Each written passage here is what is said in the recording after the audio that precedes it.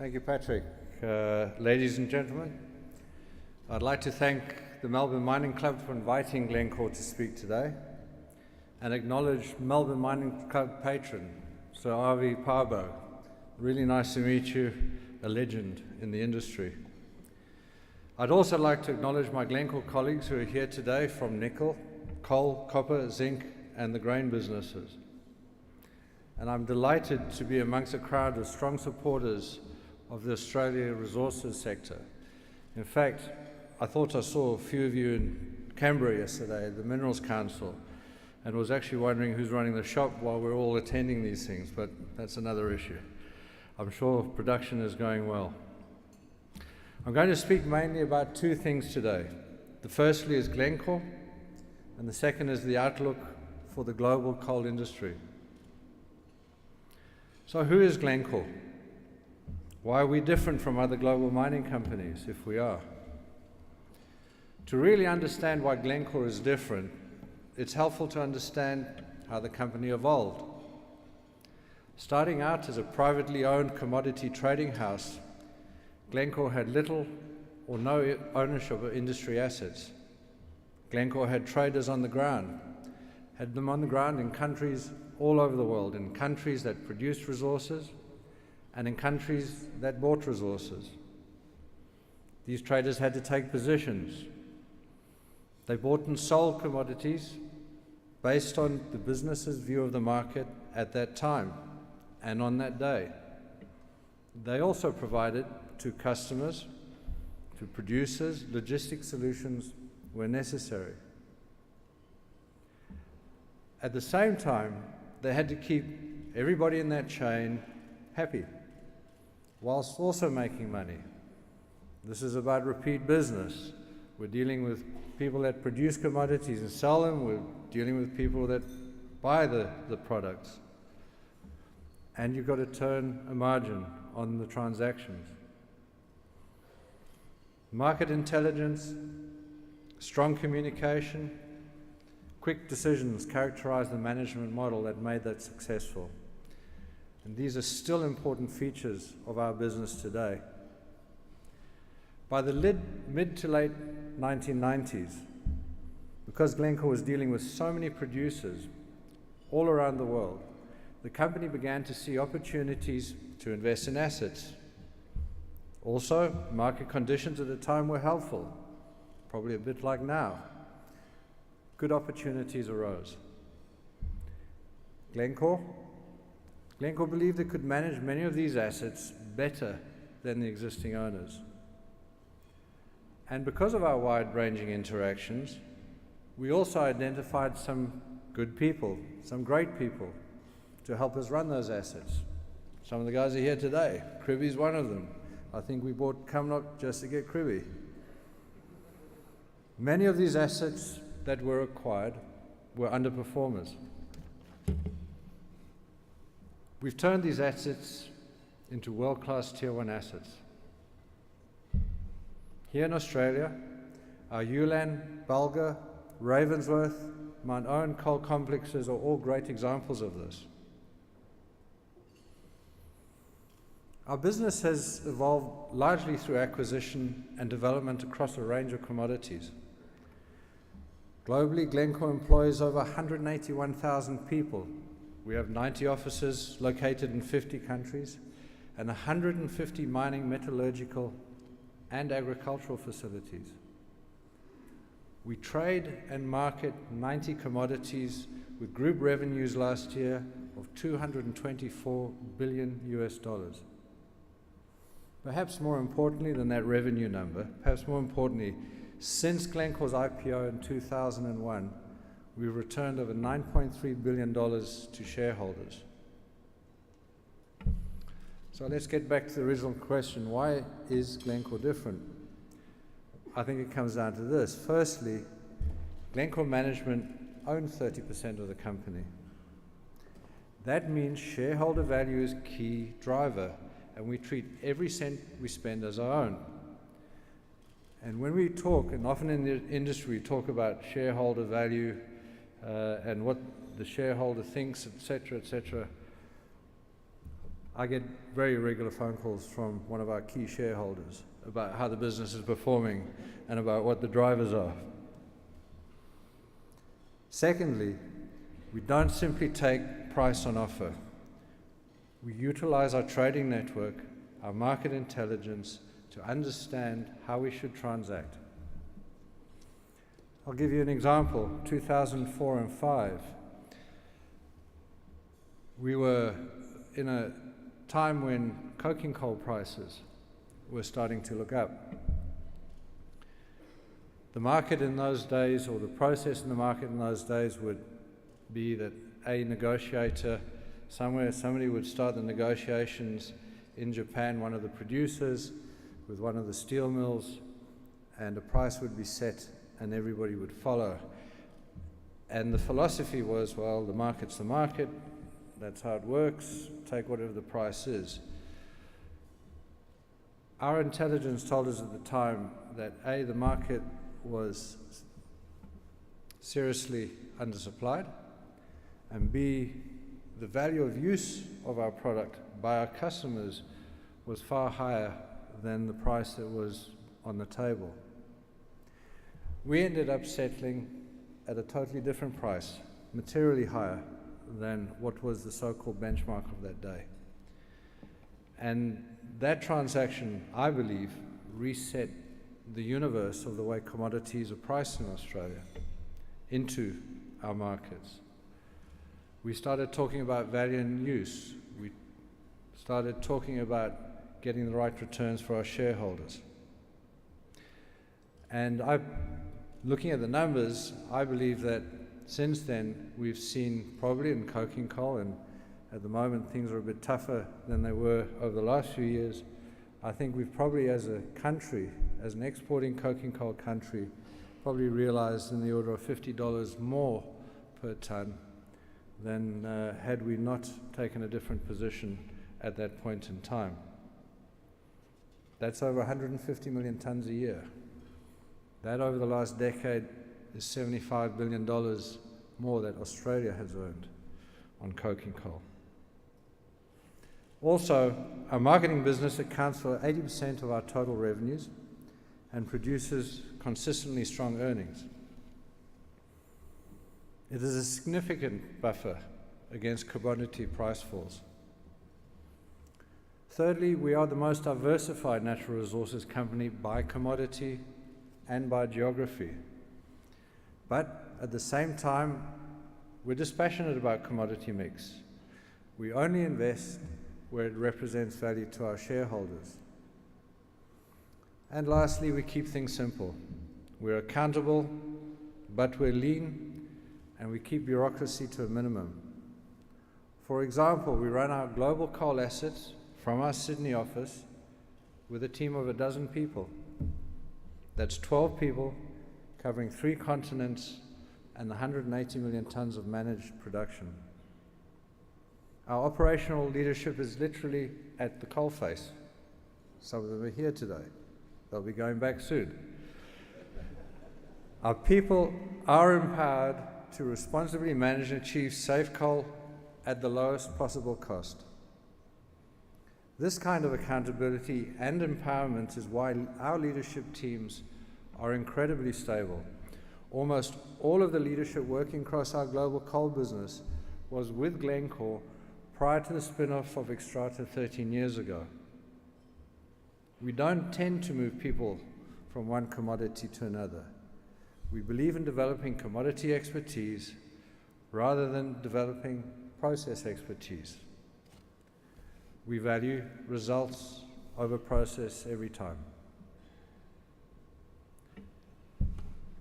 Our Australian operations are an important part of Glencore's global business. We operate 5 commodity businesses, including coal, copper, nickel, zinc, and grain here. Since 2007, we've invested $21 billion in Australia. That's over and above mergers and acquisitions. $21 billion on plants, on mines, on material handling systems, on rail and other infrastructure, on train sets, all of which create and sustain real jobs over a whole generation. This equates to an average rate of investment of 2.6 billion every year on a daily basis. Averaging over the last 7 years, we have invested $7 million every single day.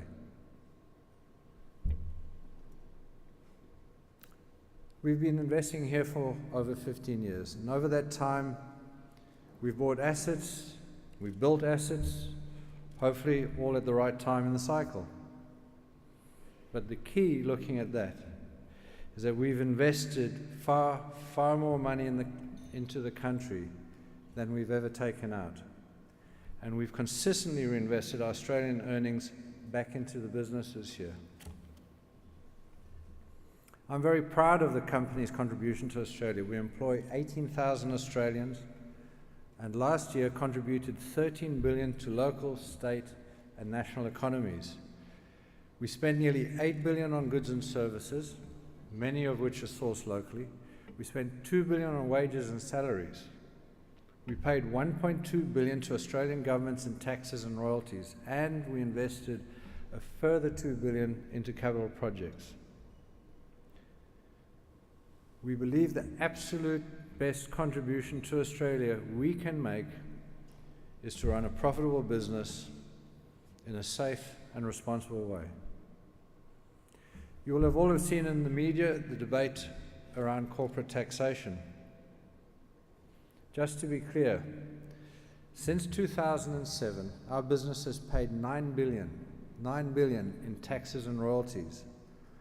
More than $2 billion of this was corporate income tax. People have been dismissive of the royalties we pay in Australia. So let's talk about royalties. The simplistic view that royalties are just the price mining companies pay for access to resource fails to understand the risks we take as a business. It fails to understand the quantums of capital that are required to be invested. It doesn't talk about the geological risk, the commodity cycle risk, the exchange rate risk that we take when we make those investments. Without these investments, the resources would stay in the ground and be of no value to anybody. Another important point is that unlike corporate income tax, when we pay a royalty on every ton of coal we sell, we pay a royalty on every ton of coal we sell, whether it is profitable or loss-making.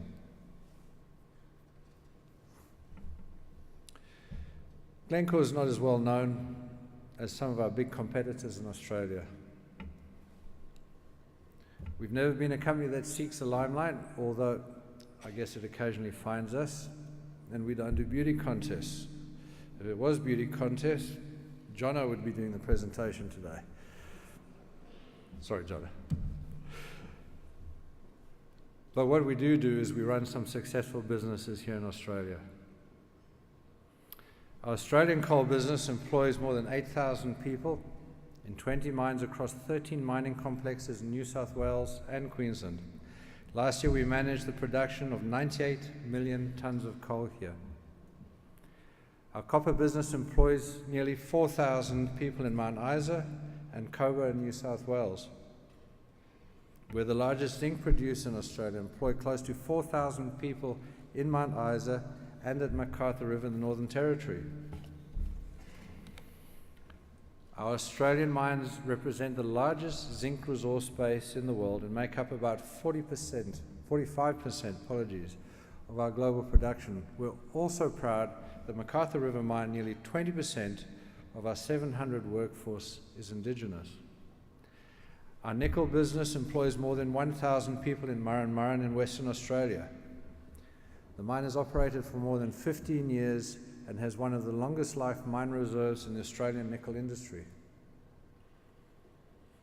Our grain business comprises Glencore Grain and Viterra.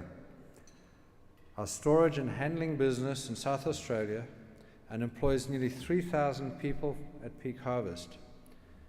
We're one of the largest buyers of grain, oilseeds and cotton direct from Australian growers.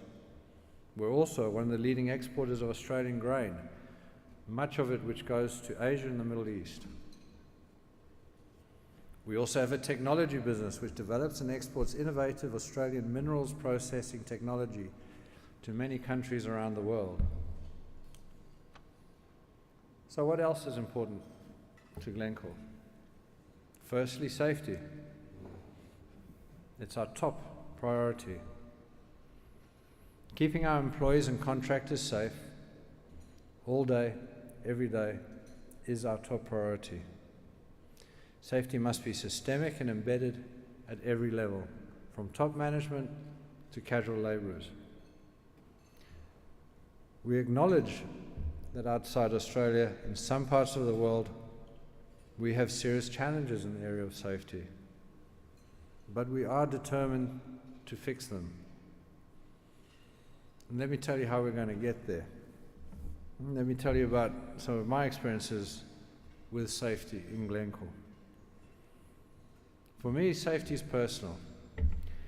In 2000, when I joined Glencore and went to South Africa, we acquired a coal business that comprised 13 mines. It was a number 3 exporter, and it had the worst safety record of all the major coal producers in the country. It had multiple fatalities every year and a lost time frequency rate that was way outside the South African average.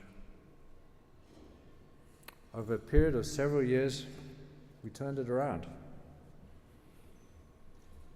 We've been able to run our South African business now for multiple years without fatalities. We have one of the lowest incident rates in the industry. In fact, today, our South African business is the country's largest coal exporter, and we also are now the leader there in safety performance. In 2009, our global safety performance started slipping. At that stage, my remit was looking after global operations. We'd had a number of fatalities. We'd had one here in Australia. We had one in Colombia. We had more than one in South Africa. It was unacceptable. So sitting on a plane flying back from Colombia, I thought, what are we going to do about this? We can't carry on this way. And this idea of getting the management team in again, but getting the management team in and talking to them about safe coal, the concept that we won't produce coal unless it's safe, was developed. And we did that. We started to focus the team on hazard awareness, on risk management, and on making sure that everybody in our business understood the fatal hazards in their workplace and that they knew how to control the risks around them. We started working on behavioral issues. We increased our focus on effective safety communication. We simplified our processes. But this was all driven by a massive focus and push on safety leadership. And Safe Coal delivered. Today, it's part of our culture. But we can never be complacent, and we know that we always need to improve. I am proud to say, though, that Safe Coal and all of the work that goes with it is now being rolled out as safe work across the entire Glencore global business. The bottom line, embedding a safe work culture in a business is never instant. It's a journey. It's a journey that we have to get on. We've got to deliver it. We've got to push it. But we know in Glencore that the work we're doing is the right work, and we know that we will succeed. Another thing our business takes very seriously is our license to operate. While the term license to operate has become cliched, the sentiment behind it has not. Local communities are having a bigger say in whether new projects are approved. So they should. Glencore believes that high operational standards should be set. In fact, we believe that mining companies do not have a God-given right to build, to extend, or expand operations. Let's talk about the successful approval of one of our projects recently. The approval of our Life of Mine extension project at Bulga in New South Wales in the Hunter Valley is an example of our approach to project development and community engagement. We planned, we listened, and we worked cooperatively with the community and responded to concerns and issues raised. As a result, we made major changes to our initial mine plans. We listened. We consulted with more than 400 stakeholders from local communities and around the region. We changed the mining direction. What the engineers told us and what we heard from the community didn't work together. So we changed our mining directions. We made it work for us. We made it work for the community. We decided not to relocate a local road. We avoided disturbing sensitive ecological woodlands.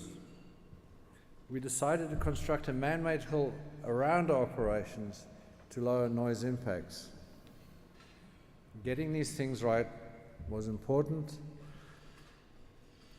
We got our approval from the community. We got our license to operate. The expansion is happening. The life extension is happening, should I say, at this moment. We as an industry can and do successfully coexist with our community and other industries, but you've got to earn that license to operate. So now to coal. Thermal coal is our biggest business in Australia, and despite its current challenges, we are optimistic about the long-term future. We operate some of the most efficient and low-cost mines in the country, but we aren't immune from market conditions. And we've had to make some changes, and we've had to make some tough decisions. The global coal market is still rebalancing. After a period of much new production increases right across the industry in the boom times, Glencore was the first to say, let's stop building. It's time to stop building. Unfortunately, our Wandone coal project in Queensland is a case in point. As a mining engineer, I'd love to have built a 30 million tonne mine up there. This was a potential $7 billion investment in a mine, in rail, in port infrastructure, which would have brought on 30 million tonnes of run-of-mine coal, 20 million tonnes of product a year in its first stage. By September 2013, the fall in the price started to send us a signal. And it was clear to us that adding further tonnes into the market at that time would destroy value across our whole portfolio. Placing Wandone on hold was tough, but was the right thing to do by our shareholders, and I guess was the right thing to do by the rest of the Australian thermal export market. More recently, we announced that we would cut 2015 exports by around 15 million tonnes. The detail behind this decision has not always been clearly understood. So let me explain. Our business plans for us increasing exports this year. Our installed capacity after our Claremont acquisition last year was programmed to run close to 110 million tonnes. But the market simply doesn't need all this coal at this stage. So we've cut. We decided not to produce anywhere near this volume this year. And we think that an appropriate level of exports is closer to 90 million tonnes this year than it is to 100 million tonnes. Simply put, our decision to remove volume from the market is the responsible thing to do. We're not going to go and push incremental tonnes into markets that don't want them or need them. Doing so would force our price that we're receiving across the rest of our portfolio down further. Also, at this stage, we're not looking at incremental build. However, fair to say, we are looking at assets and opportunities to position ourselves for the future. These include bolt-ons, synergy plays, option building opportunities. this is a good time in the cycle for this, but we will only do it obviously at the right price. Looking back at the market, while weaker demand in China is an important factor in the current low coal price, Glencore's long-term supply and demand outlook has never relied on ongoing Chinese import growth. We remain bullish about thermal coal in the long term, and we've based our projections particularly on detailed understandings of thermal power station build and demand in Korea, Taiwan, Vietnam, India, Japan, and other regions like that.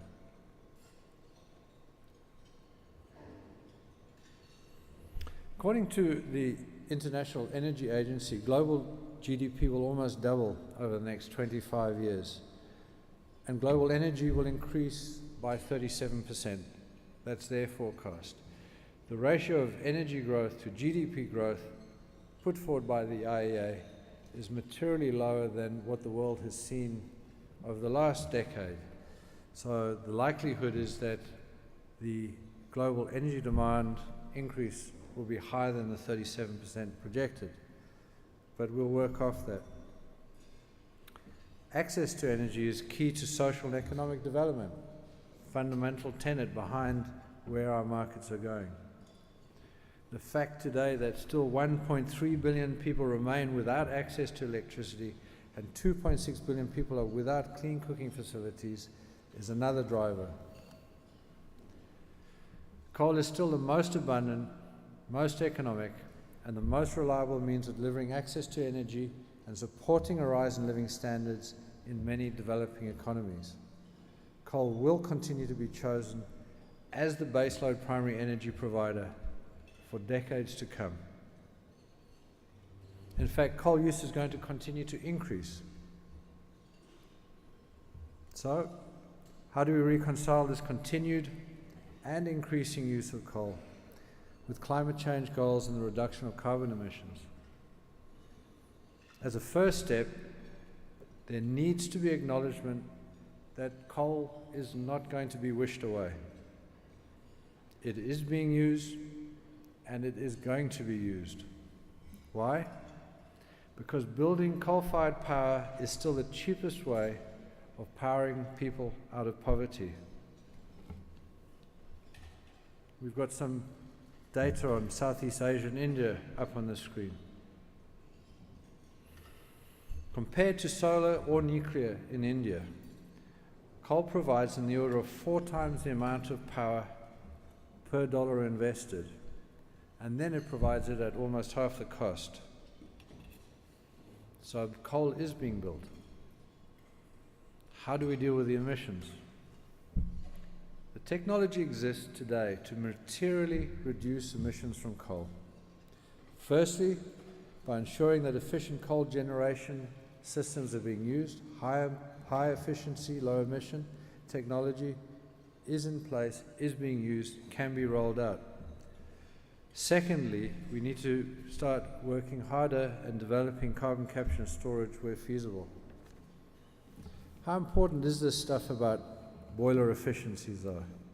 Well, if all the newly installed coal-fired capacity that had been added between 2000 and 2010, which is about 550 gigawatts, had been deployed using the best currently available ultra-supercritical technology, we would have achieved 2 billion tons of carbon emissions reductions. This is equivalent to running the European Emissions Trading Scheme for 53 years. It's equivalent to 3 Kyoto protocols. In the context of COP21 in Paris later this year, we need global policy that acknowledges the global energy reality that fossil fuels, including coal, will be continued to be used. We also need policy which addresses the funding gap to facilitate the build of high efficiency, low emission power stations. There has been significant populist policy over the last decades. This populist policy avoids talking about coal. Where has it got us? The fact is that $2 trillion was invested over the last decade in renewables, and only 1% of that was invested in carbon capture and storage. Coal today is 40% of global electricity production, yet only 1% of the effort in emissions reduction was spent on coal. Had more available funding been directed to CCS and cleaning up fossil fuels, we'd be much further ahead today with the emissions reductions task. Global policy should be targeting the least cost path to emissions reductions. That path includes coal. So, in conclusion, well, first I've got to say I'm very proud to be part of Glencore. I'm proud of what we're doing globally, and I'm proud of what we're doing here in Australia. Our investments here will make a difference for a generation, particularly in rural and regional areas. I'll leave you with my view about why people invest with us. And there are a number of good reasons. Firstly, management is aligned with shareholder interests. We create more value by the fact we are driven by market intelligence and our knowledge of supply and demand. Secondly, I believe we're in the right commodities. Copper, nickel, zinc are all at various stages of moving to deficit. We remain in a difficult part of the thermal coal cycle, but the fundamentals are strong. Price volatility has returned to oil. This brings good trading opportunities. And our global grain business has grown now to the point where it contributed $1 billion to our 2014 earnings. I believe this is a compelling argument to invest in Glencore. Thank you very much.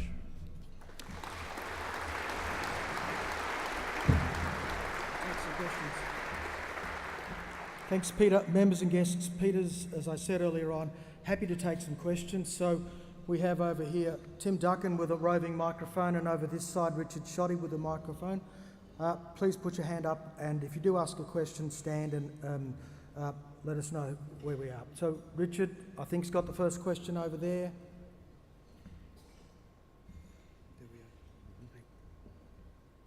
Peter, hi, my name is Cedric Williamson. My company's name is Asia Pacific Consulting. Peter, you mentioned CCS, carbon capture and storage.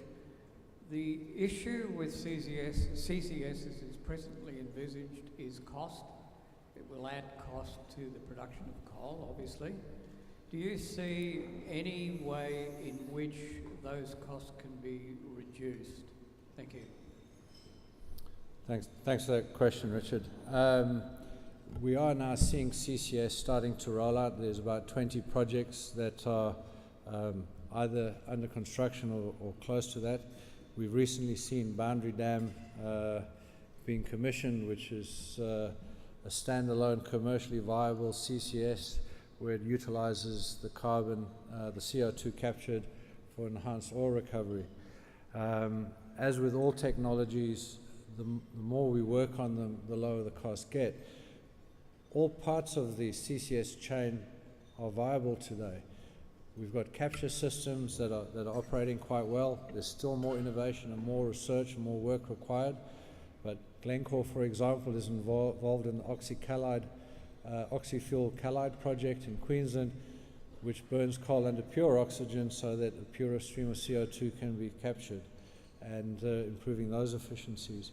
The transport of CO2 is a known and existing technology. We see a lot of CO2 transported across the US, for example. There's thousands of kilometers of pipelines because the CO2 is being used to enhance oil recovery. So we actually have, in the US, people trying to produce CO2 for the sake of transporting it and injecting it. So those systems exist. Glencore also is involved, together with the rest of the industry. Glencore owns a company called the Carbon Transport and Storage Company. It is about developing a CCS opportunity, or exploring a CCS opportunity in the Surat Basin. As I said, we are working with the rest of the industry. Had some of that, a bit more of that $2 trillion been taken and invested into those technologies, I believe the cost would come down materially. We know that some of the renewables being put out there, and we're not anti-renewable, we think renewables, nuclear, all have a place in the world, but we do know that some of those renewables are really expensive, and we know that coal and with cleaner technologies and high efficiency boilers will compete in terms of being the right place to invest for emissions reductions. There's a question here, standing. Ashley Seller, BCP Equities. You mentioned you put a halt to the development of the Wandoan project. How long will you hold that for before development or sale? Well, at the moment we continue to work. There was a process in terms of getting the approvals for that on the ground. We have continued to work on that. We still have a presence on the ground in that area. I think the market will tell us when it's ready to develop. And certainly it's Glencore. We are always commercial and look at opportunities either to build or divest or whatever the right thing is. But I suspect with thermal markets and where they're projected at the moment, that will be a while. But we are driven by market information, and when the signal's right, we add capacity.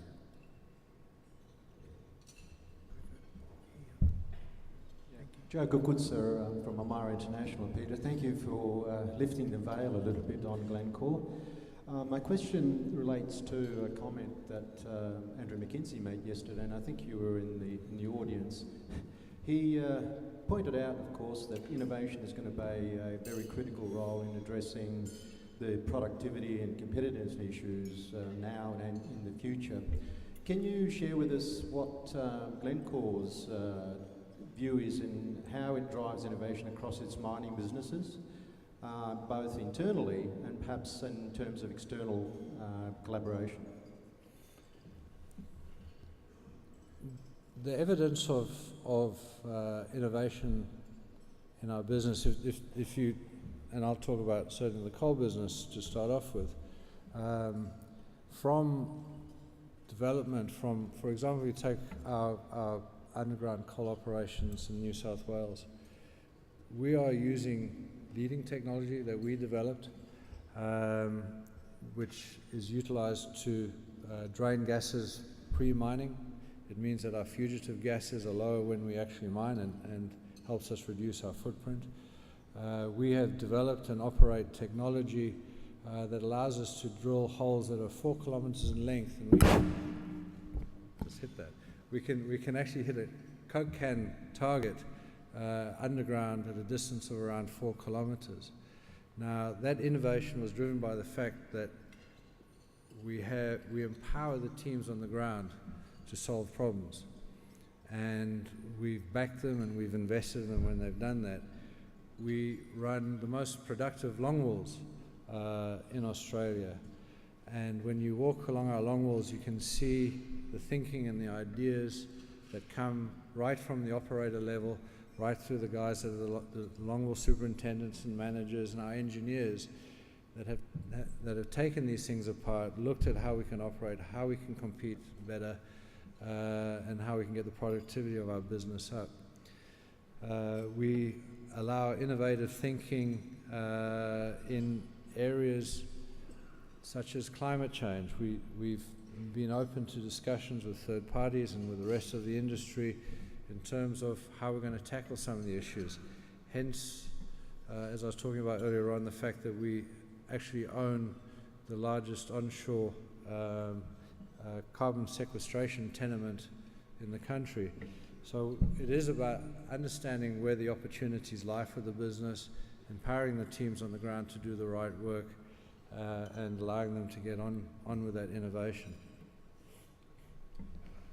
Tim, I think we've got one more question here, but Richard, if you had a question over there, we can follow up with that. So, Tim, this is from the students' table. I always welcome their questions. Hello, my name's Lucas Damatescu. I'm a third-year chemical engineering student at Monash Uni. My question was possibly a bit similar to a question prior, but whilst improving carbon capturing technology is important, if you increase boiler efficiency and reduce the amount of emissions made in the first place, then you don't need to deal with those emissions later. And my question was, what's more economically viable?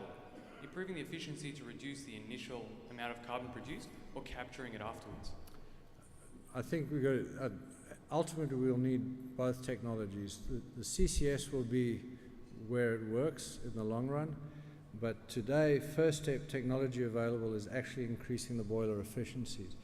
And we know that the majority, for example, let's look at India again, where they are building an energy network as fast as they can because of the key issues they have on the ground in terms of poverty.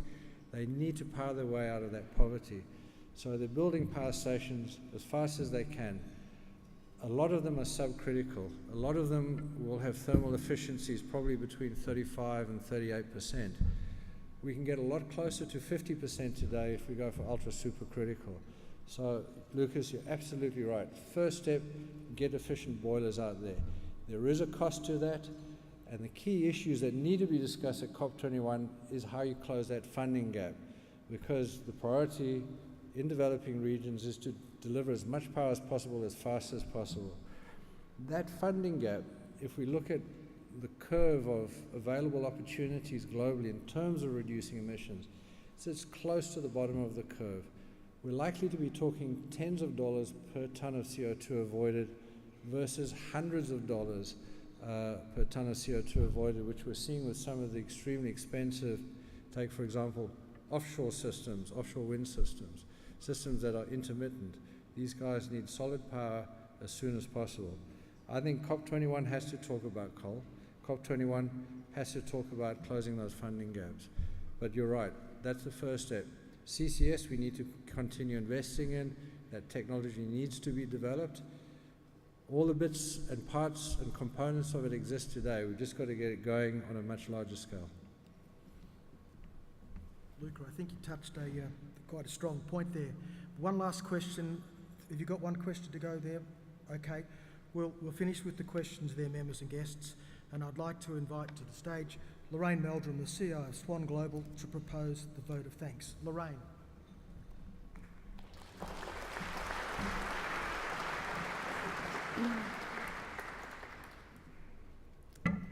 Mining is cyclical. Coal is cyclical. And as we know, it's on one of its downhill runs, albeit different this time. With Glencore, the country's biggest thermal coal producer, we will see interesting and no doubt very effective management strategies. Glencore